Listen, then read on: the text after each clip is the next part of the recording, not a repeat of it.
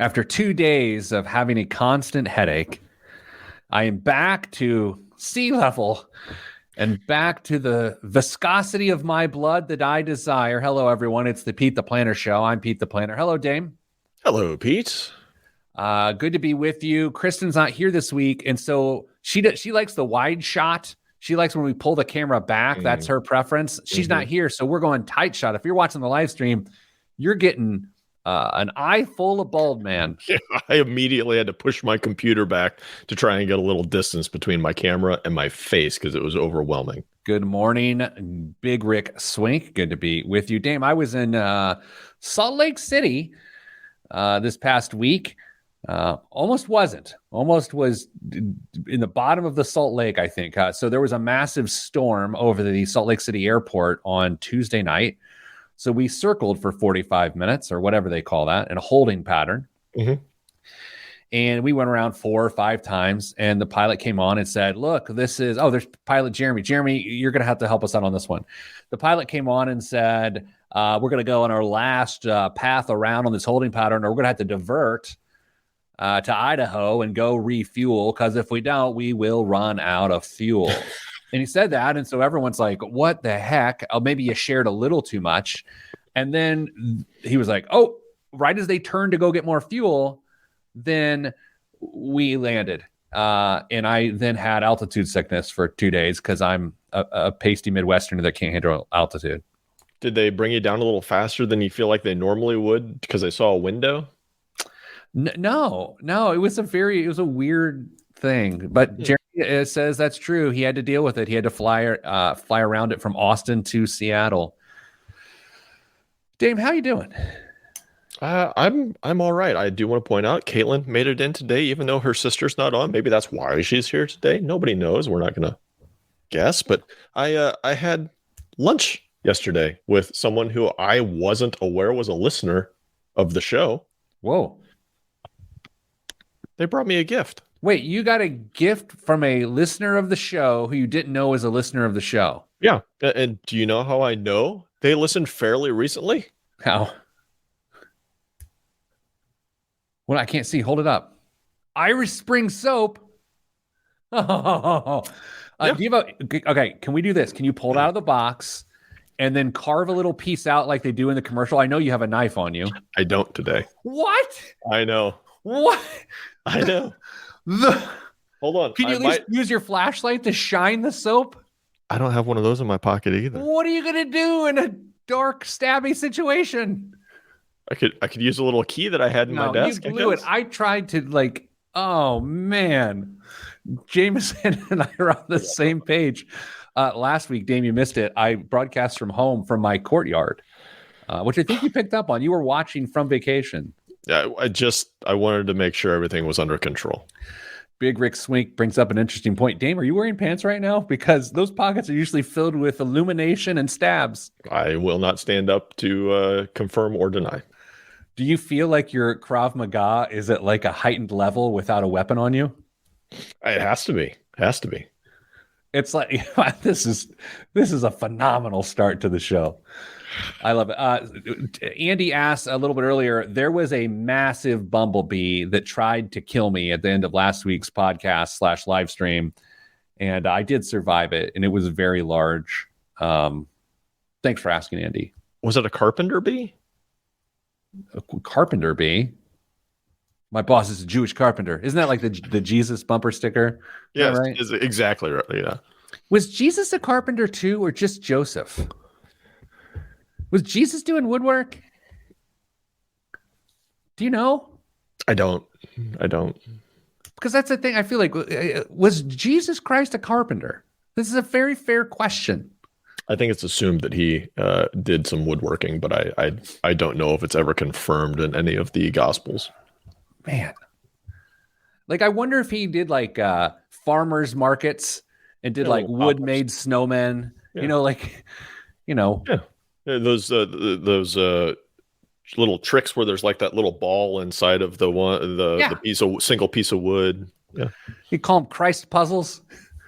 That was his name of his stand where he'd like make the no. Let's move along. Yeah.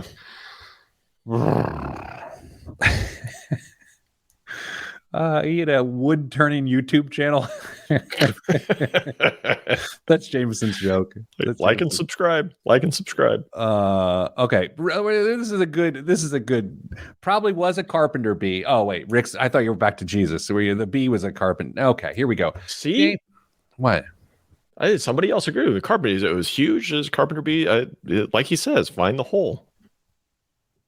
Okay, Dame, this week on the show, we've got someone who wants to borrow from their 401k for maybe a good reason. I don't know. We can debate that. It's car related. Number two, we are going to talk about the intersection of a lifestyle that you can afford and that you want. Is that right? Yes. Is that what you're talking about? The life you can afford and the life you think you deserve. And so much more. All right, so let's start the show. I got some things. Sorry, Jeremiah. Are you ready? Yeah. This is episode 499. Yes. Jeremy asked if I had a Miguel before the show, and Dane, we had just talked about that. You did. I did not have a Miguel. I had 2 cups of strong coffee, and I'm scared of the Miguels now. I don't know why. It's just Pete's natural excitement of getting to talk to me. Dame, you have a young boy that lives in your home, right? Occasionally, yeah. Yeah. Has the prime sports drink phenomenon hit northern Indiana? Yeah. We've got prime powder that we can add to not just the pre-made bottled drinks, but we've got the powder that we can add to whatever vessel we want. My young doppelganger and all of his friends are obsessed with prime sports drink. I've never tasted it. I don't. I mean, is it? What's the benefit over like Gatorade? Is it just flavors? Do the same stuff? Well, I don't even know. It's made partially with coconut water, kind of like Body Armor is. So that it's super hydration. What's the? I'm going to really show my country bumpkin here. What's the difference between coconut water and coconut milk? Coconut water is hydrating. It's like the thinner. The water. Looks like water. And coconut milk is the thicker, a lot of fat in it. Who knew coconuts have multiple fluids? Yeah. 2 sets of udders inside those coconuts. Yeah. Let's move on. Yeah. Okay. In 3, 2, 1.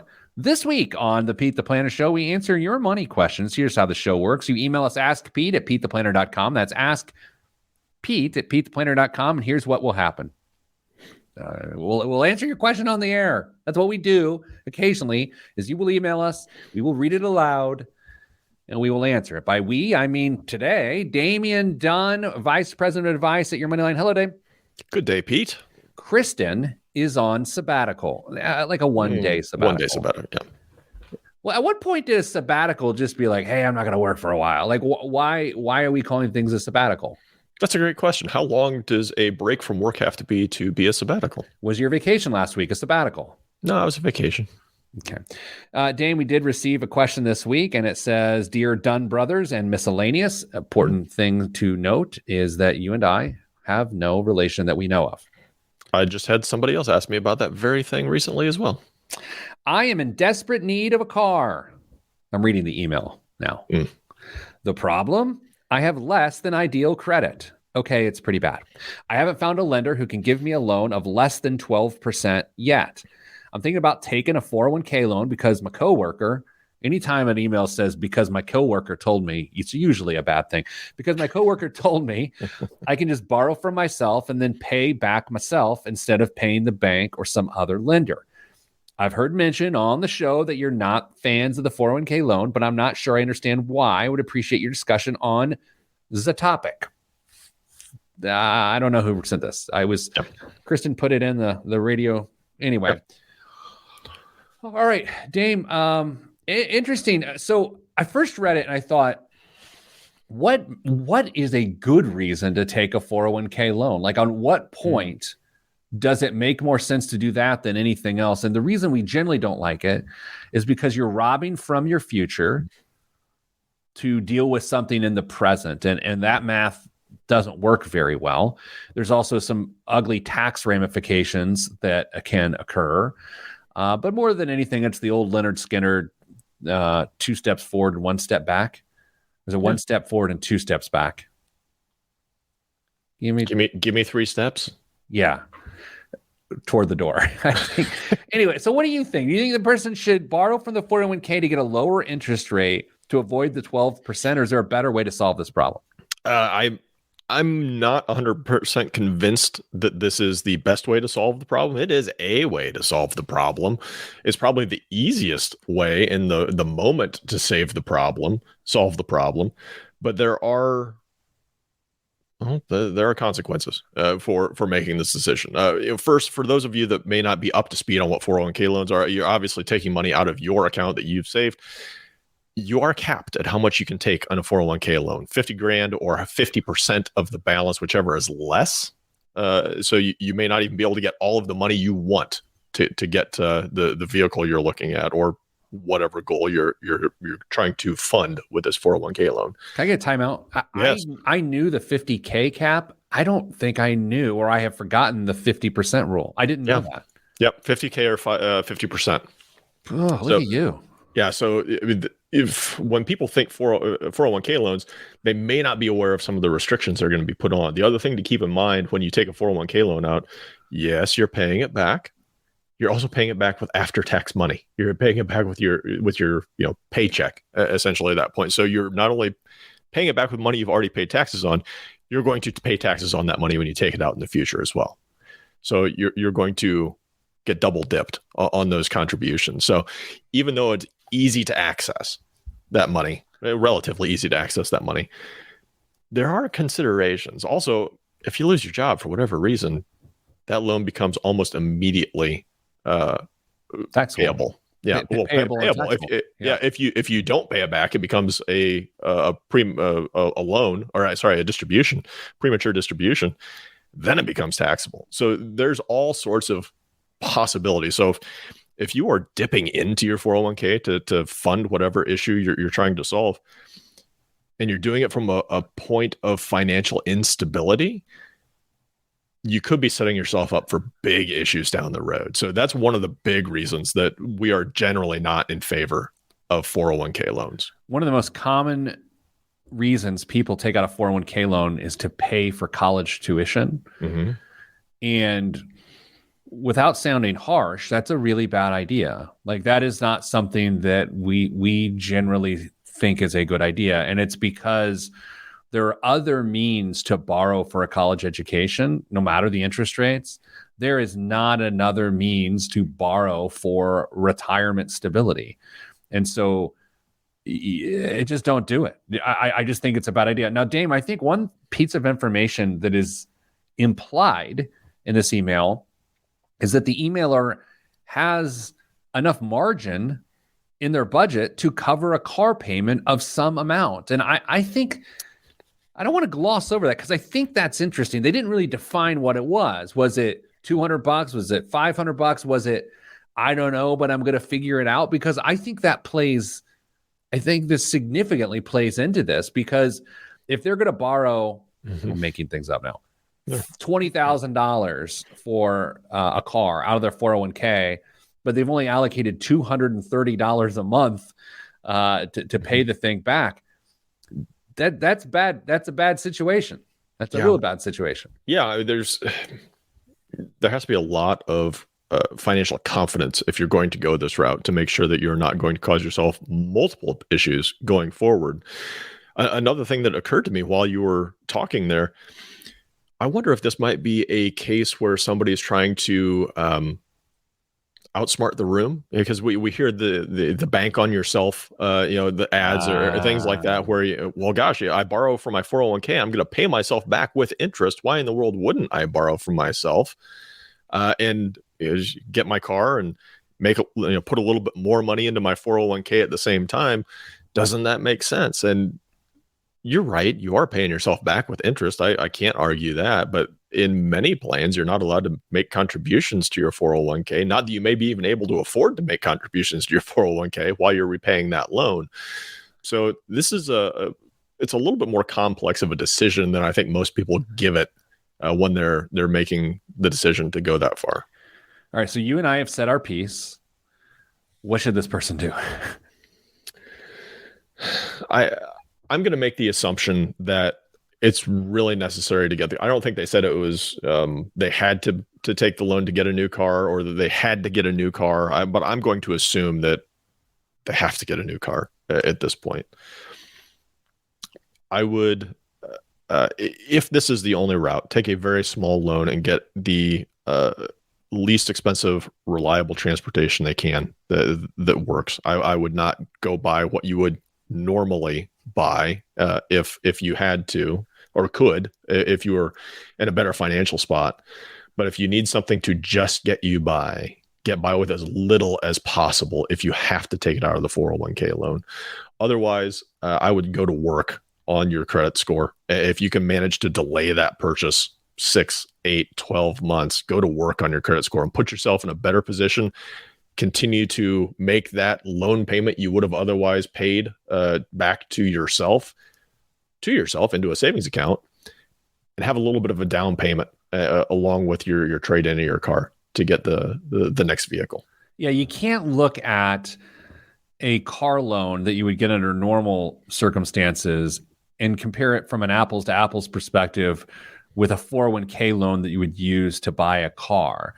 So I'm with you, dude. $8,000-$9,000 car, like something that's going to get you there. It's not going to be pretty.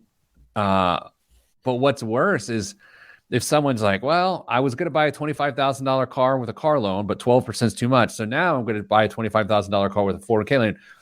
That's where it goes off the rails immediately. You have to cut it back. You know what else we're going to cut back? The last few seconds of this segment as we head into a break. Coming up after the break, how do you get your head around a life you want versus a life you can afford? That's next on the Pete the Planner Show. I'm Pete the Planner. It actually plays really nice into that segment. Dame, I was in Salt Lake City, as you know, this week. Mm-hmm. I heard something, just a phrase, and then a concept that I don't think I've ever heard in my life. And it was talked about so, not casually, so freely that it's just a thing out there, and I don't believe it a thing here. So I want to talk about it because maybe I'm just. I live in a what do they say? What do you live in a what? Vacuum? Bubble? Maybe I live in a bubble. Yeah. Summer sales. Like retail sales? Summer retail sales? No. Summer door-to-door sales. It's what high school and college kids do. They go around door to door in various industries and sell things door to door. What do you think? Like Cutco knives and yes, but like solar panels or like but it's door to door sales, and I respectfully I was just like, hey, that wouldn't really fly. It's so culturally accepted. Do people just answer the door? Because I'm not answering a door unless I see tag-alongs, a red box of tag-alongs. You know? Yeah. That's really interesting. It never would have crossed my mind that would be a common practice, especially for high school age and college age kids. Summer sales. It's the thing. And I was hearing one example where someone was selling solar panels and the systems are like $20,000-$25,000. Yeah. This college student, I believe, made $40,000 over the summer selling solar panels door to door. And that was an average output. People who did the best got 80 to 90,000 for a summer. That'll really charge up your savings account. That was yeah. I liked that. So anyway, summer sales, not really a thing here in the Midwest. I couldn't do it there because the altitude would tire me out so much. I would have to sell like Advil in Prime so I could stay hydrated.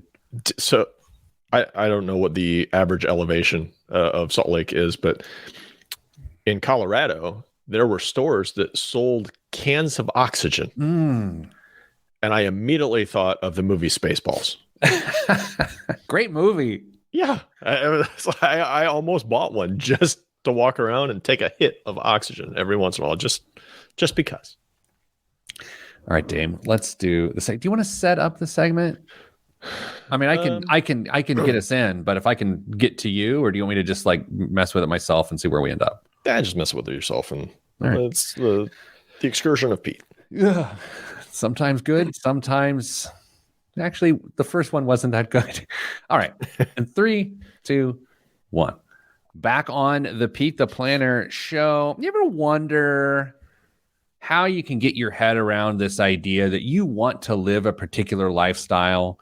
It's something you plan for. It's you act on it.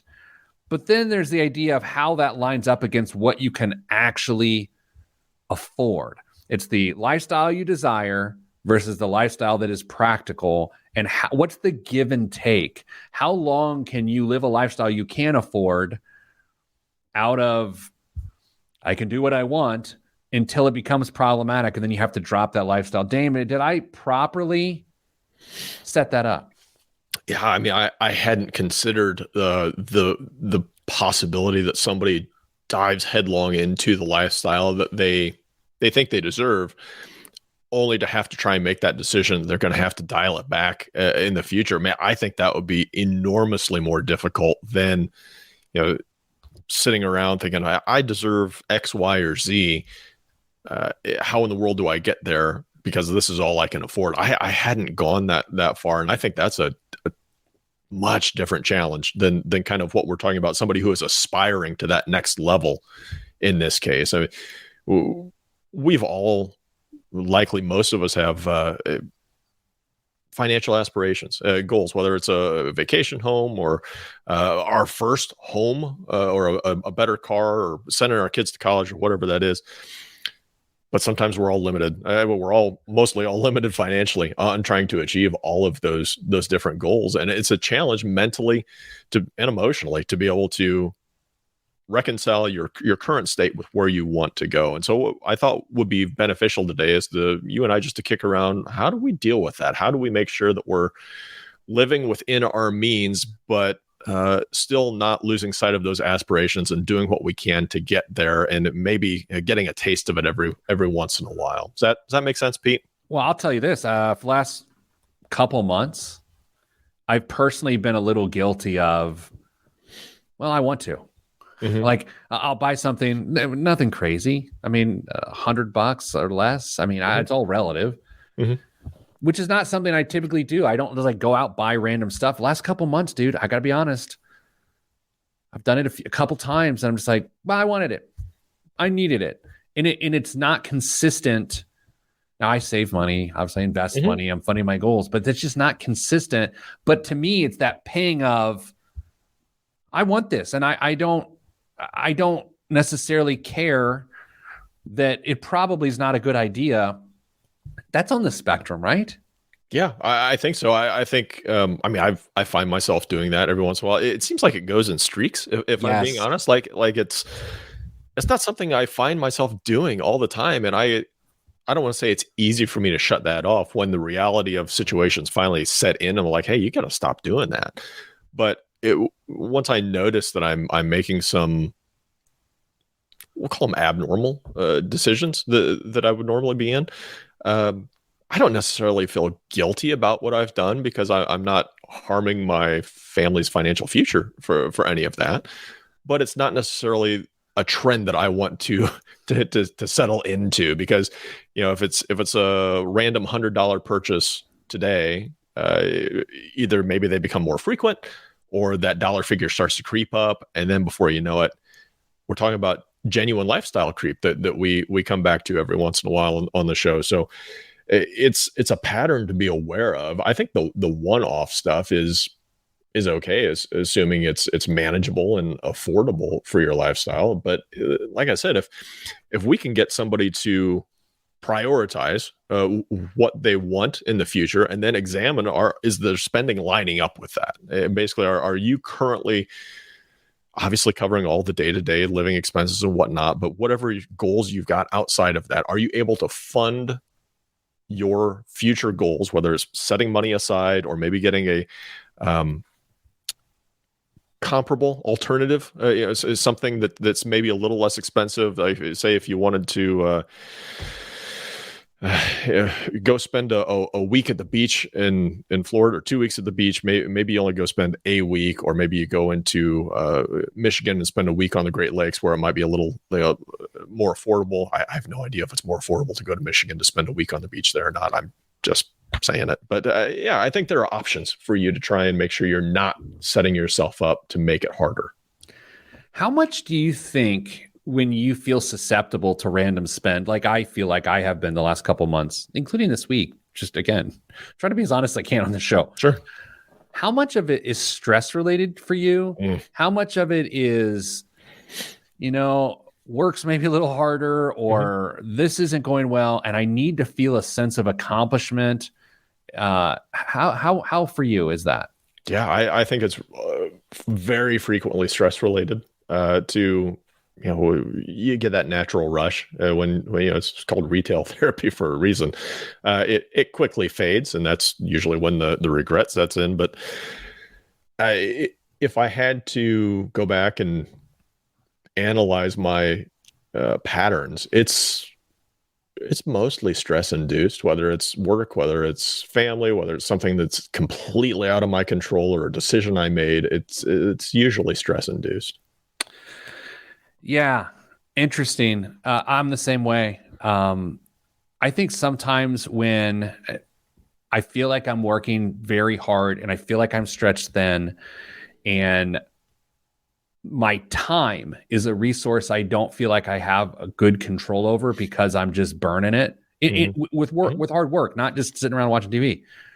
I feel like the other resource, money, the other economic resource, goes to reward the time that I spent. That's the best I can break down my own brain there, but that's how I feel.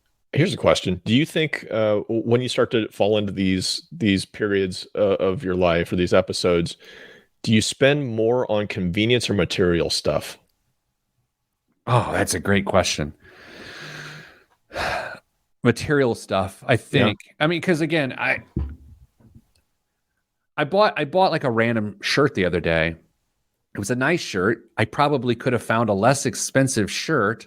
I don't need a shirt. I mean, I should always wear a shirt. If you have a body like this, you got to cover it. I understand. Yeah, I'm not mowing the grass shirtless for the neighbor ladies or fellas. No, but yeah, I think we're not talking luxury, but we're talking material. But for me, again, everyone's different, and we're trying not to judge. We're just trying to be honest with ourselves. I don't think, and you feel free to call me out, I don't think I make purchases to outwardly show something to someone else as, look what I have. It's my own personal enjoyment. Feel free to call No Way on that if you like. I don't think so. I from what I know of you and how you live your life outside of work, that doesn't seem like something that I would have assumed in one way, shape, or another. So I believe that. It doesn't surprise me that it's material stuff, because I think that's probably what it is for me too. And as we know, we are related, so that makes sense.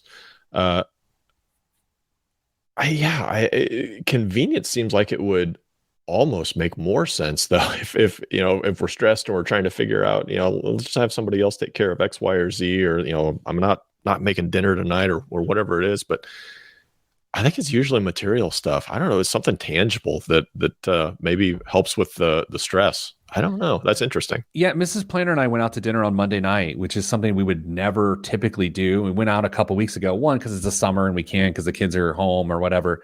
But I've been traveling so much, and we went to a decent restaurant where spent probably a little bit more than we would spend on a Monday night dinner. And it wasn't convenience, but it really was that stress relief of like, I feel like I've been burning the candle from both ends. And since I've been using time, I'm going to spend money to feel better about this time. I don't know, Dame. That's where I'm at with this. Let's spend some time right now paying for the show. No, we have commercials coming up. And then here's what we'll do. After the break, maybe we'll explore this more. Maybe we'll talk about one of our other glorious topics of the day. Who knows? We'll talk about it during the commercials. I'm Pete the Planner. Come back and find out soon. Are we going to keep going on that? I mean, I could keep going on that, but I don't know. We just like it's spinning in circles. I don't know. It's interesting to me, I think. It would be great Kristen was here because it turned into a therapy session, and she'd be able to tell us exactly why we're doing what we're doing. But she's not. So, if somebody in the comments wants to throw a suggestion in there, please, by all means, for the next segment, happy to take suggestions. Do you want to do the financial advisor thing? I mean, that's one of those that I think you and I could tackle together. We can. I wonder if what Kristen's perspective adds. I mean, again, what her perspective adds to it versus, because she's been a financial problem solver, but she has not specifically been a financial advisor. So I wonder if that outside approach. I'm pretty sure she has. Has she? Mm-hmm. For not a very long period of time, but I'm pretty sure she has. Okay. Oh, look at you. I don't know. That's all right. Like I said, wasn't a long time. I know it's. Let's save that one for her. Let's save that one for her. So now we're back to square one. Mm-hmm. All right, let's do some expanded news. I've got this. I got an economics thing. All right, so we can do a little bull market. We can do a little this engagement ring thing I have. Okay. All right, you good with that? Yeah. All right, we're gonna flex some muscles here. Make it work. Yeah, that's what I do. All right, ready in 3, 2, 1. Back on the Pete the Planner show. Dame, I was reading an article this week, and it noted that the engagement ring industry is reeling because people in 2020 weren't out forming relationships, which would then later lead to getting engaged. So some of the volatility to this is due to the pandemic, we believe. Mm-hmm. Weddings were also canceled in droves during the lockdowns. They did bounce back in late 2021 and throughout 2022. But wedding-related activity does appear to show some early signs of life here in 2023. Yet the jewelry industry is reeling because one of the primary reasons people buy jewelry is to symbolize the beginning of a relationship, and those things weren't happening. Did you take into account that new relationships were not anew? And by the way, you don't really buy jewelry for divorces. No. So what do you think? Is this shocking? I hadn't really realized it until you started reading this piece, or talking through this piece, but I think I'm in that period of life where I don't go to weddings right now. It's great. It's great. You do when you're young and getting married and all your friends are doing the same thing, and then you kind of hit that lull, and then eventually you get to a point where all your friends' kids are getting married. I just realized that I'm in that sweet spot where I don't have to go to 12 weddings a year. Here's the other elements of this. Recent consumer confidence has fallen. There's been lower tax refunds. Economic concerns triggered by the regional bank failures and continued inflation led to a weakening trend in jewelry sales. On top of that, prices have climbed about 15% cumulatively over the past 3 years, as measured by the Personal Consumption Expenditures Index. Weird time to own a jewelry store. You had to think that, though. Think about the pandemic and like who was struggling, who was fine. Were a bunch of people out buying diamonds while we were all just wiping down our groceries? I certainly wasn't. I did notice when Mrs. Advice and I were walking around window shopping on vacation, jewelry is ridiculously expensive right now. And maybe it's just the old guy in me coming to the front, but I can't imagine trying to buy a suitable engagement ring right now if I was looking at wifing up right now. It would be crazy. The soccer game last weekend, and our goalkeeper played so well, I told him that he was going to be the best man at my next wedding. And my wife didn't think that was funny. Dame, I don't know if you also saw this week that we have found our way into a bull market. That's right. For those that don't know, a bull market is when the market goes on a good run. The bear market is when the market pulls back in a bad way. Dame, the market is running rampant. The S&P 500 so far this year is up 12.55% as of June 9th, around 10:30 a.m. You and I aren't exactly shocked by this. This is in line with some of the predictions we've made about the market this year. But I guess I didn't expect come June that we'd be in a bull market.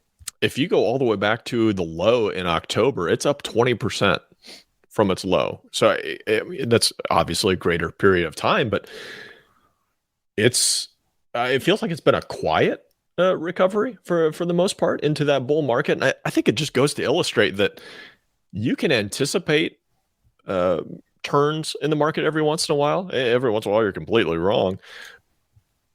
But if you're not in the market, you're not going to participate in the market, participate in these returns. And if you're sitting on the sidelines because you got freaked out when things were going down, again, sometimes that's very understandable. You're going to miss the upside. And you have very quietly gotten 20% returns on your money since last October. That's pretty amazing stuff. That's the real story here. Like this is not about, hey, the market's doing great. This story is about people flipping out in October, looking for alternative ways to find yield or growth, even if it was because CDs are paying 5%, and now they have locked in a loss. If you have made portfolio moves in what looks like the 11th of October may have been the low point, the 12th of October was the low point, and your advisor said, hey, let's move into some fixed stuff, and you went for it, you have missed out on a 20% return, which is a big return. And you and I both know that advisors are sometimes susceptible to panic and trying to make the right moves. Hopefully they're always susceptible trying to make the right moves for their clients, but every once in a while they get caught up, especially if they've experienced everything from the late 90s up until now and seeing the peaks and the valleys and how they get bigger and sometimes more frequent, and thinking that, you know what, we're going to get out, we're going to catch it on the back, on the way, on the bounce. It just doesn't always happen that way. And it's why, Pete, I'm not going to put words in your mouth, but I believe you and I are very staunch advocates of just stay in the market. It make sure you are allocated and diversified, and that your risk tolerance is in check and your investments reflect that. But the longer you can stay in it, the better and smoother your experience is going to be in the long run. Otherwise, you and I'm sure you saw the same reports when you were doing this full time. You know, the average investor's returns versus the market returns, and the average investor's returns are significantly lower than the annual S&P 500 return, because the average investor makes some crazy moves and they decide to jump out and then jump back in. And we're talking, you know, if the S&P returns, if the market returns 10%, the average investor is getting 3%, because you can't put it together yourself because you are tied to emotions. Let me make the argument for people that disagree with our way of thinking. Okay. So Sure. And I'll start with what I believe to be our shared way of thinking. The market's in a tough spot. Let's find some return with opposite movement. Like let's sell short. Let's look for opportunity here and there. That is the value prop for some investment advisors. They say, look, you can make money in down markets. What you and I, when we were in that business, were more likely to say is, yeah, you could potentially make more money in down markets. We don't think it's worth the risk of the upside. So we're just going to calm down, take a breath, have some matcha. I don't know where that came from. And just hold. Now, people who feel differently than we are may clip this radio segment and play it for their clients to say, see these dummies, they're doing it the wrong way, which is fine. I just think it's just a different philosophy. Yeah, in my opinion, you're always playing catch up when you're taking that strategy.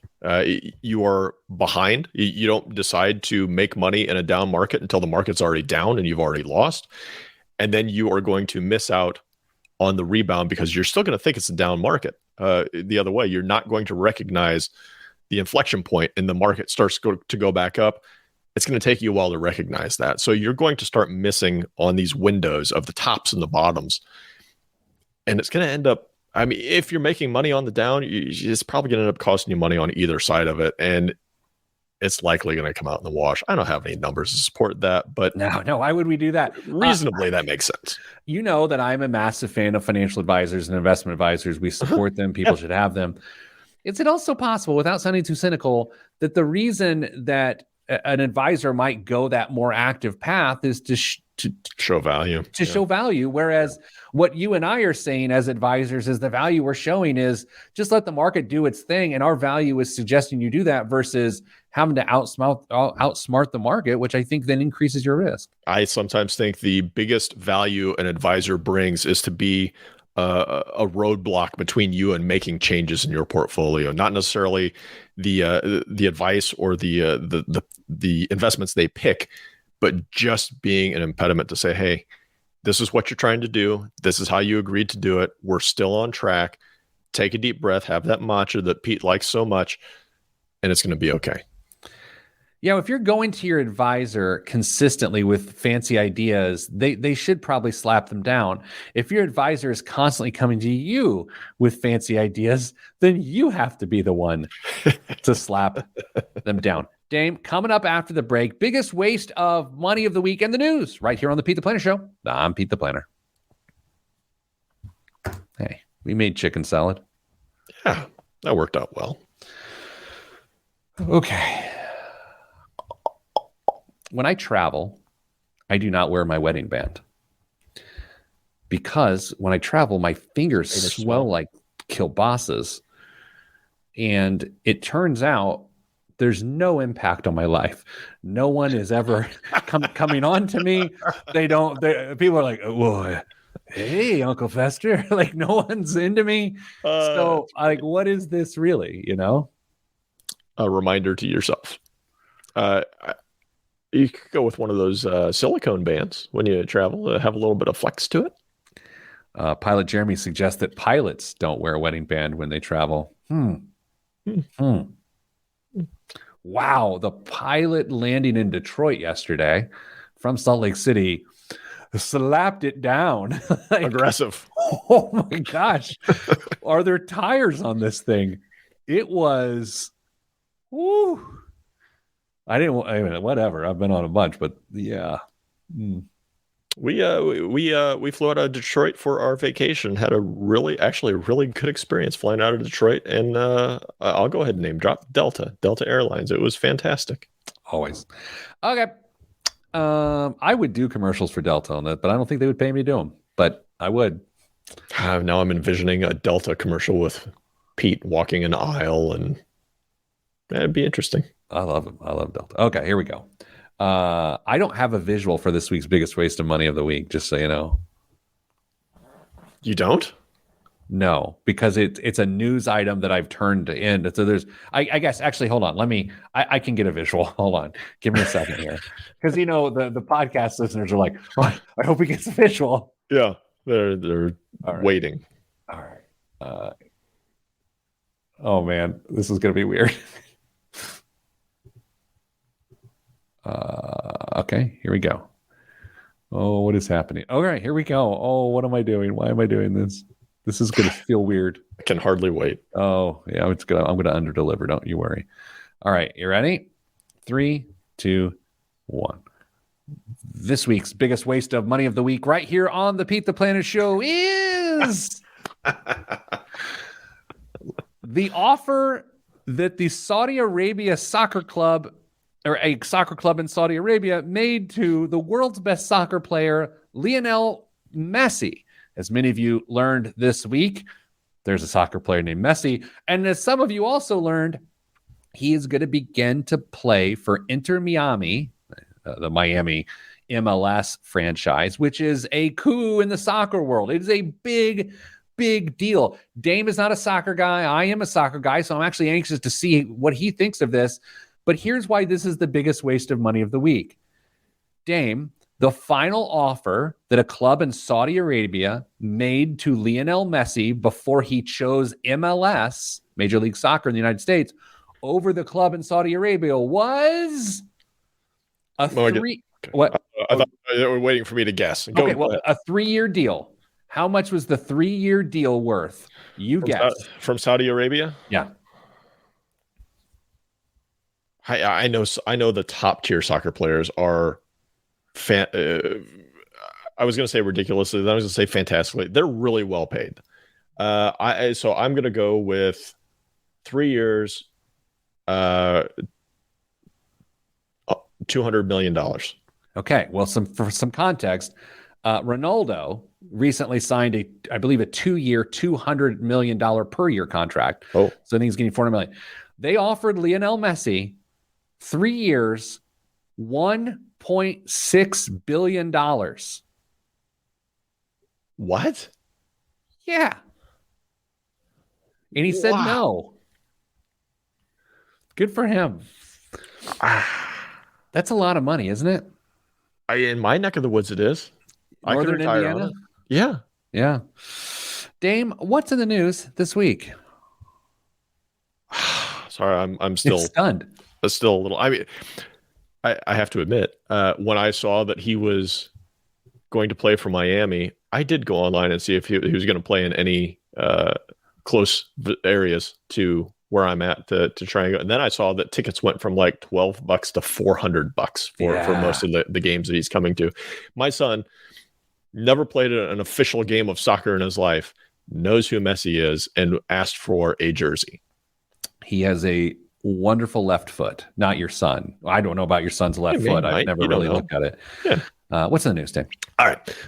Other U.S. crypto exchanges are likely to be in the firing line after the Securities and Exchange Commission this week sued Coinbase and Binance, two of the world's largest crypto exchanges, for allegedly breaching its rules. The SEC on Tuesday alleged that Coinbase traded at least 13 assets that are securities, which should have been registered. While on Monday, it also accused Binance, the world's largest crypto exchange, of offering 12 cryptocurrency coins without registering them as securities. Pete, it seems to me that we said a long time ago that these feel a lot more like investments than currencies, and the SEC agrees?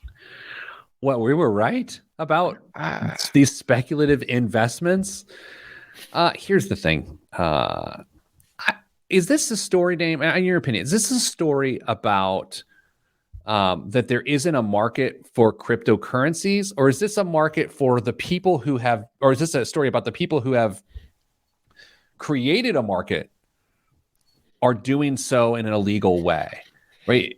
Or what the SEC deems to be an illegal way? Because I don't, as much as I'd love to say the opposite, I don't think this invalidates the importance and the place of cryptocurrencies, but I think it does talk about the unregulated nature of why they can create danger for people. I think the one thing that I think this highlights, and it's a discussion you and I have had. It's an argument that I've brought up to our good friend and coworker, Crypto Doug, is that it never felt like crypto has decided what it was going to be.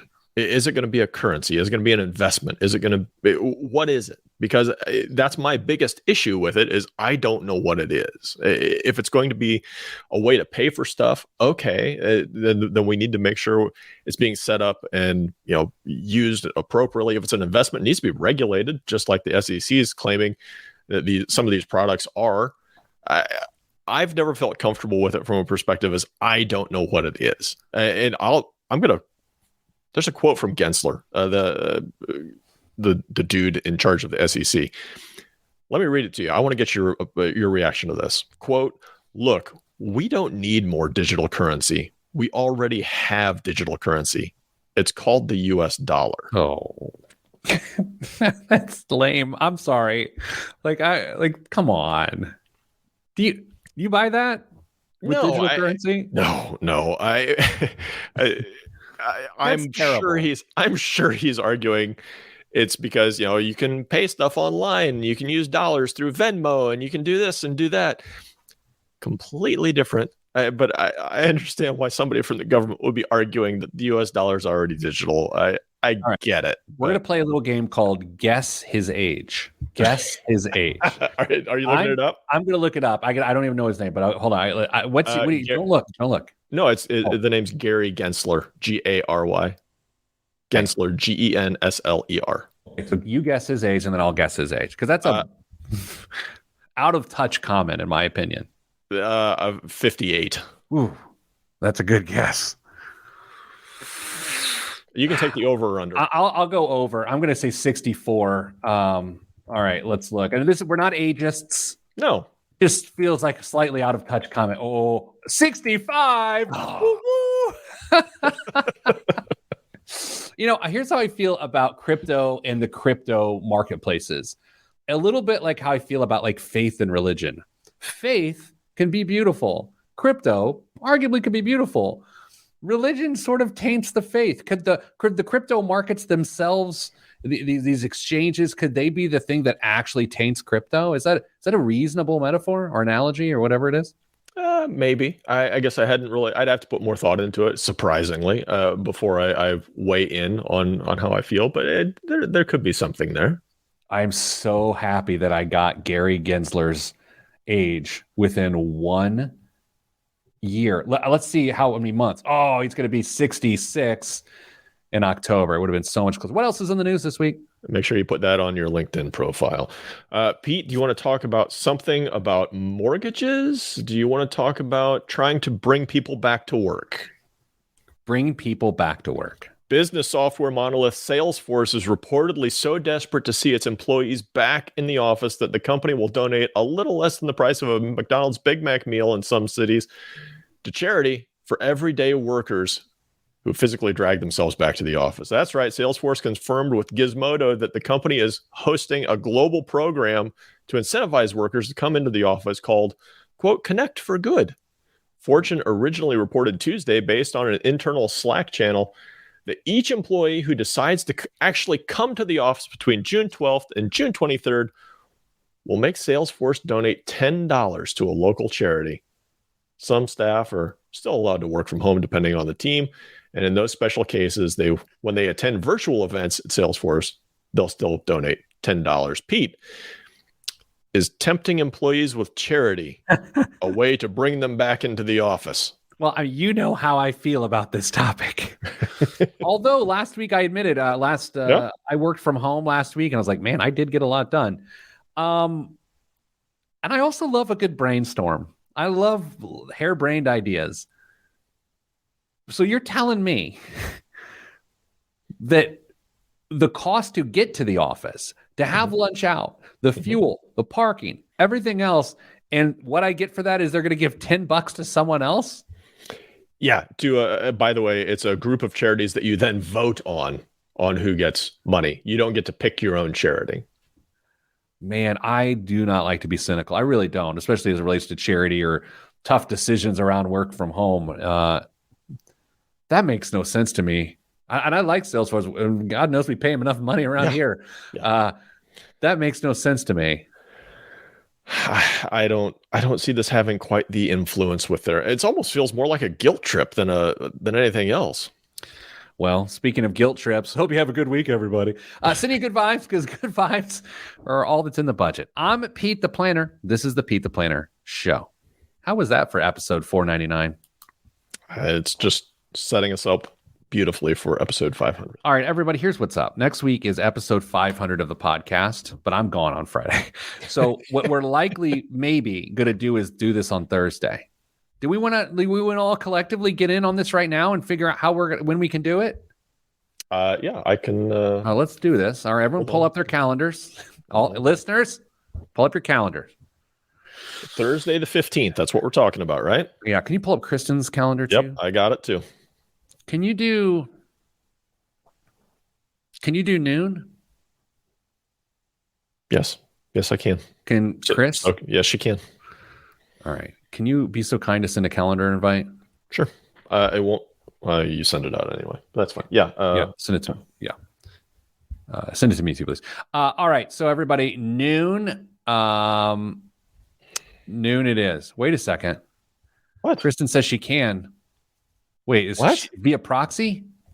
Did she text you? No, we have someone in the chat that is allegedly speaking for Kristen. You see it? Oh, is that her proxy? Actually, that yeah. Okay, that means that she's watching today. Oh, I better be on our best behavior. Okay, 500th episode next Thursday at noon.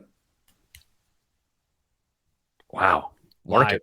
Book it. I'm going to have to do something special. And I like, What do we do? Have like a crypto expert on? No. No. All right, we're gonna do something special. I don't know what it is. Maybe. Oh, I got an idea. I'll talk to you after the show, Dave. What I think it could be. Oh, hey, hope everybody has a good week. Yeah. Gary Gensler, 65 years old. Happy birthday. All right, everybody, stay getting money.